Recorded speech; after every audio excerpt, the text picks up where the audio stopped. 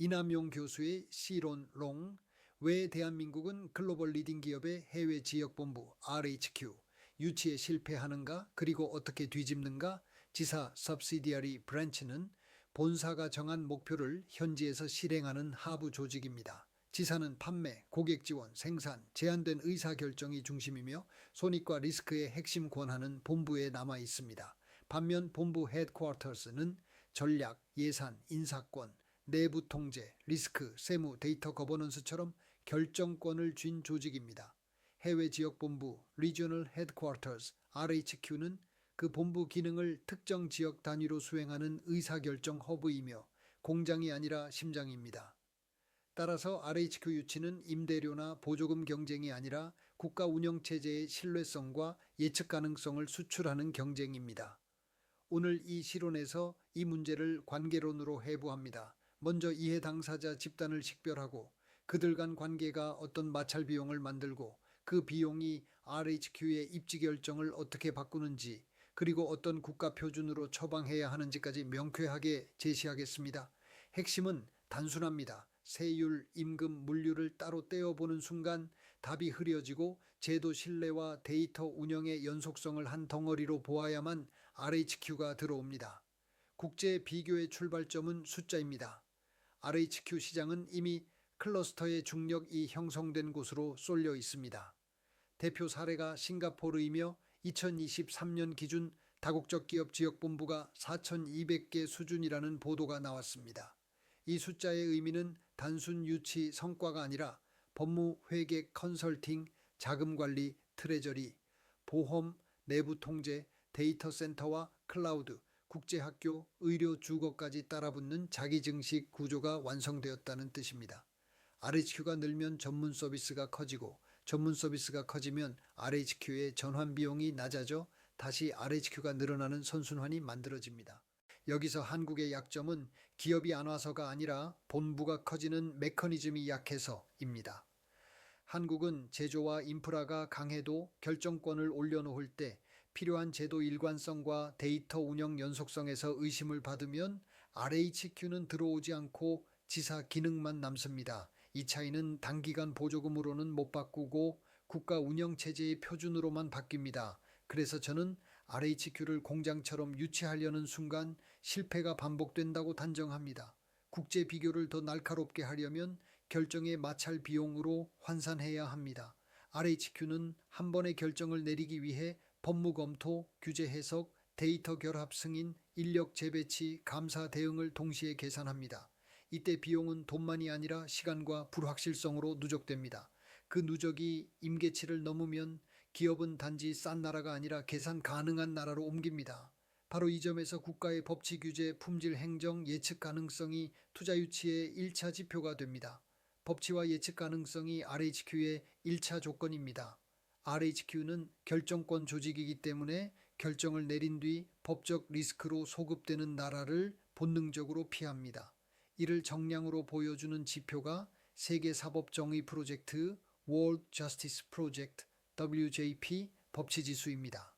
2025년 WJP 법치지수에서 스웨덴은 4위, 싱가포르는 16위, 대한민국은 19위, 미국은 27위로 제시됩니다. 이 숫자는 누가 더 선진국인가의 감정 싸움이 아니라 다국적 기업이 내부 통제와 준법 감시를 어디에 올려놓을지 판단하는 확률 모형의 입력값입니다. 스웨덴이 강한 이유는 단순히 복지가 아니라 제도가 예측 가능하게 작동해 전환 비용을 낮추기 때문입니다. 싱가포르는 작은 나라임에도 법, 세무, 금융, 데이터, 거버넌스를 패키지로 설계해 아시아 운영체제가 되었습니다. 반면 한국은 규제의 목적은 선해도 집행과 해석이 흔들릴 때가 있고 그 흔들림이 RHQ 입장에서는 비용으로 환산됩니다. RHQ는 애국심이 아니라 확률로 움직이며 확률은 지표로 드러납니다. 따라서 정책의 방향은 무엇을 장려하느냐가 아니라 어떻게 예측 가능하게 집행하느냐로 옮겨가야 합니다.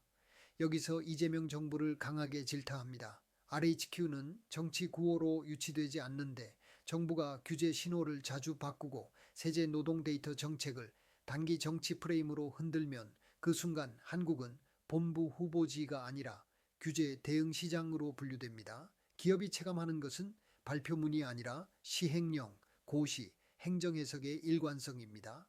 이재명 정부가 진짜로 성장을 말하려면 기업을 꾸짖는 도덕 담론이 아니라 국가 운영 체제의 예측 가능성을 숫자로 끌어올리는 일부터 해야 합니다.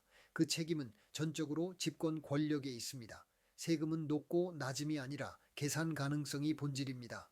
법인세가 높아서 RHQ가 안 온다는 말은 반쯤만 맞습니다. 국제 비교에서 중요한 것은 명목 세율 자체보다 본부 기능 과세가 얼마나 안정적으로 예측되는지입니다. OECD는 2019년 21.7%였던 전 세계 평균 법정 법인세율이 2025년 21.2% 수준으로 안정되어 있다고 제시합니다. 즉 한국이 세계 최고 약 24%. 같은 단정 프레임은 통계적으로 성립하기 어렵고 더 중요한 쟁점은 변동성과 해석 리스크입니다. 싱가포르는 법인세율이 17%의 단일세율 체계를 공식 안내로 명확히 제공합니다. 여기서 RHQ가 보는 것은 낮은 세율이 아니라 명확한 룰입니다. 룰이 명확하면 이전 가격 트랜스퍼 프라이싱, 지식재산권, 인텔렉추얼 프로퍼티, 로열티, 자금관리, 트레저리 같은 본부 기능을 운영할 때 불확실성이 줄어듭니다. 불확실성이 줄면 내부 통제 비용이 줄고 내부 통제 비용이 줄면 본부 기능이 들어옵니다. 싱가포르는 이 선순환을 제도 설계로 만들어낸 것입니다. 한국은 세율을 한두 포인트 조정하는 수준으로는 승부가 나지 않습니다.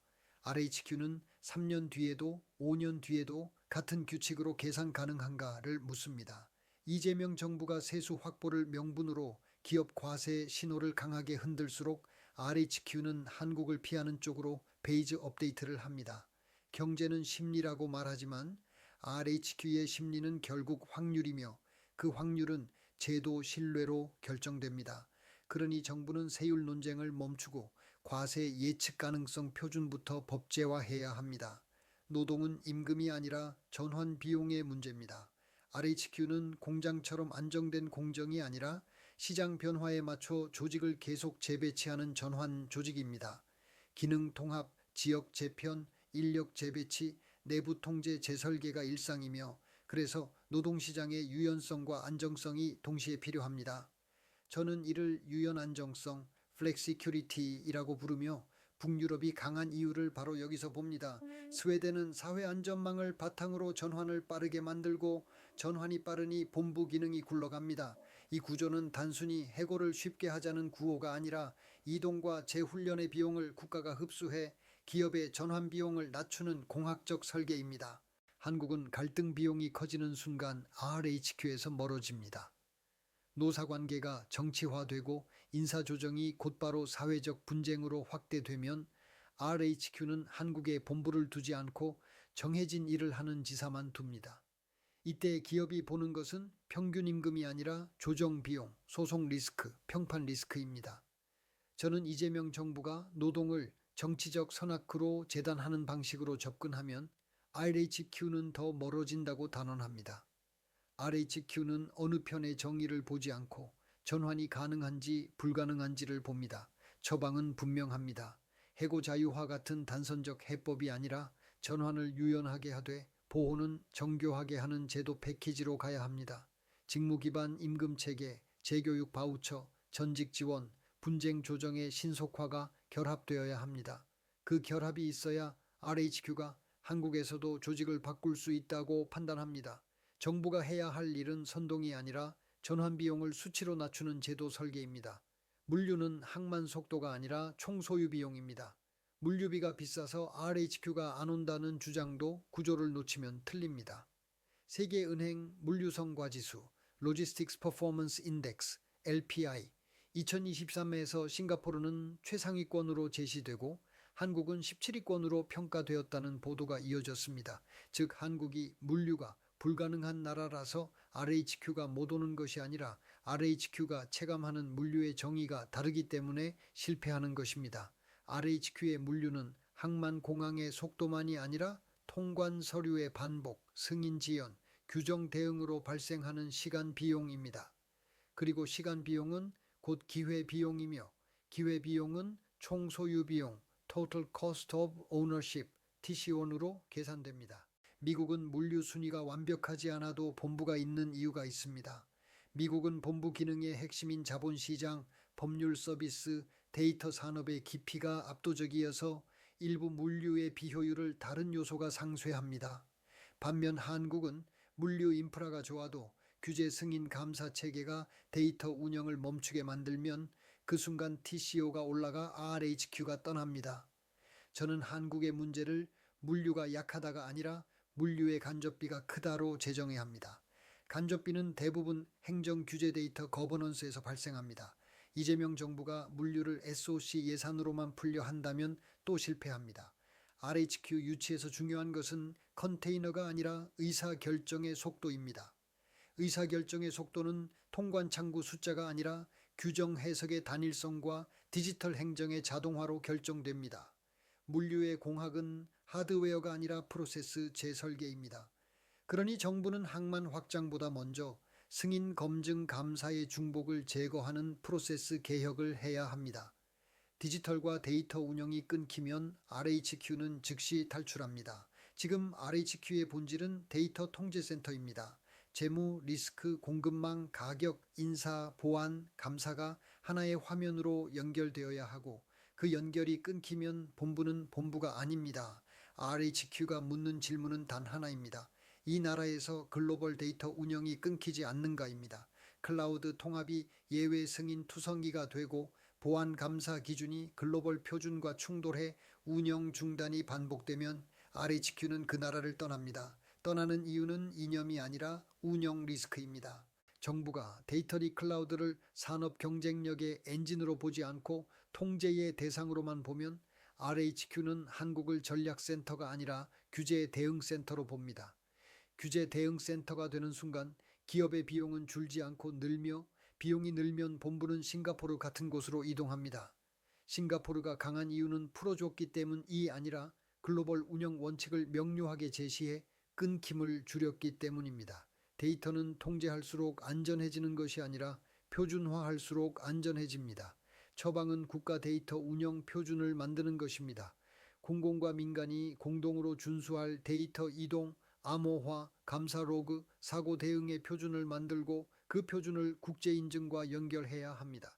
기업이 예외 승인을 받으러 다니는 나라가 아니라 표준을 따르면 자동으로 승인되는 나라가 되어야 합니다. 이것이야말로 RHQ가 원하는 국가 운영체제의 업그레이드입니다.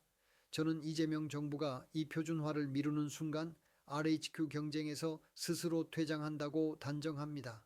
FEA로 처방을 구조화하면 답이 보입니다. 저는 미국 연방정부의 연방 엔터프라이즈 아키텍처, Federal Enterprise Architecture, FEA 관점으로 국가를 하나의 운영체제로 봅니다. RHQ 유치는 산업부만의 과제가 아니라 재정세제, 노동, 법무, 디지털, 교육, 정주, 외교 통상까지 전 기능이 결합된 엔터프라이즈 과제입니다. 이해 당사자는 다국적 기업 본사, 국내 계열사, 정부 부처, 지자체, 노동시장, 전문서비스 산업, 국민입니다. 이들 관계가 조화롭게 설계되면 RHQ는 증식하고 충돌하면 RHQ는 소멸합니다. 관계론의 결론은 단순합니다. 국가의 규칙이 이해 당사자 간 신뢰를 낮추면 그 신뢰 하락은 마찰 비용으로 환산되어 본부가 떠납니다. 미국은 기능별 표준과 책임 소재를 비교적 명확히 나누고 시스템적으로 집행하는 방식이 강합니다. 싱가포르는 작은 규모를 장점으로 삼아 규정과 집행을 패키지화해 기업이 계산 가능한 환경을 얻도록 설계했습니다. 스웨덴은 높은 부담이 있어도 제도 신뢰와 전환 시스템이 갖춰져 전환 비용이 낮아지는 구조를 만들었습니다. 한국은 하드웨어가 강하니 이제 남은 것은 운영체제의 버그를 제거하는 일입니다. 그 버그의 이름은 불확실성입니다. 이재명 정부가 이 버그를 키우고 있다고 봅니다. 규제는 늘고 신호는 흔들리고 기업은 다음 해석을 예측하지 못해 멈춥니다. 정부가 기업을 압박하는 쾌감은 잠깐이지만 RHQ가 떠난 뒤 남는 것은 일자리와 세수의 공동화입니다. 지금 필요한 것은 질타가 아니라 정부 스스로가 국제 표준에 맞게 자기 규칙을 고치는 일입니다.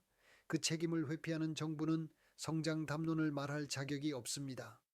결론과 처방은 일부를 제거하는 국가 OS 업그레이드입니다. 결론을 분명히 합니다. RHQ 실패의 원인은 세고가 아니라 일불입니다. 불확실성, 예측 불가가 RHQ를 쫓아냅니다. 세금이 조금 높아도 RHQ는 들어옵니다. 임대료가 비싸도 RHQ는 들어옵니다. 인건비가 높아도 RHQ는 들어옵니다. 그러나 규제 해석이 흔들리고 전환 비용이 크고 데이터 운영이 끊기고 CEO 리스크 프리미엄이 붙는 순간 RHQ는 떠납니다. 처방은 보조금이 아니라 표준입니다. 첫째, 규제 예측 가능성 표준을 법제화해야 합니다. 사전 가이드, 일관된 해석, 변경 로드맵을 의무화하고 행정 해석의 변동을 최소화해야 합니다. 둘째, 노동 유연 안정성 표준을 구축해야 합니다. 전환은 유연하게, 보호는 정교하게 만들고 재교육과 전직을 국가가 뒷받침해야 합니다. 셋째, 디지털 데이터 클라우드 글로벌 운영 표준을 확정해야 합니다. 끊기지 않는 통합 운영을 원칙으로 하고 표준 준수 시 자동 승인되도록 프로세스를 재설계해야 합니다. 마지막으로 RHQ 기능 패키지를 목표로 유치해야 합니다. 자금 관리, 리스크, 글로벌 조달, 사이버 보안, 지역 R&D 같은 본부 기능을 한 덩어리로 설계해 들어오게 해야 합니다. 그 기능이 들어오면 전문 서비스와 정주 인프라가 커지고 그 생태계가 다시 RHQ를 끌어오는 자기증식이 발생합니다. 이것이 글로벌 스탠다드이며 싱가포르가 이미 실행한 월드 베스트 프랙티스입니다.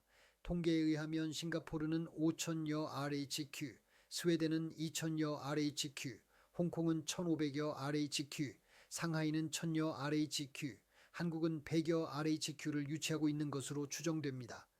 대한민국을 주름잡는 글로벌 리딩 펌의 모든 RHQ가 싱가포르에 있습니다. 이재명 정부가 진짜로 경제를 살리려면 기업을 때리는 정치가 아니라 국가 운영 체제를 고치는 정치로 즉시 전환해야 합니다. 국민이 깨어나야 비로소 나라가 살아납니다. 이남용 교수의 실론롱을 시청해 주셔서 감사합니다.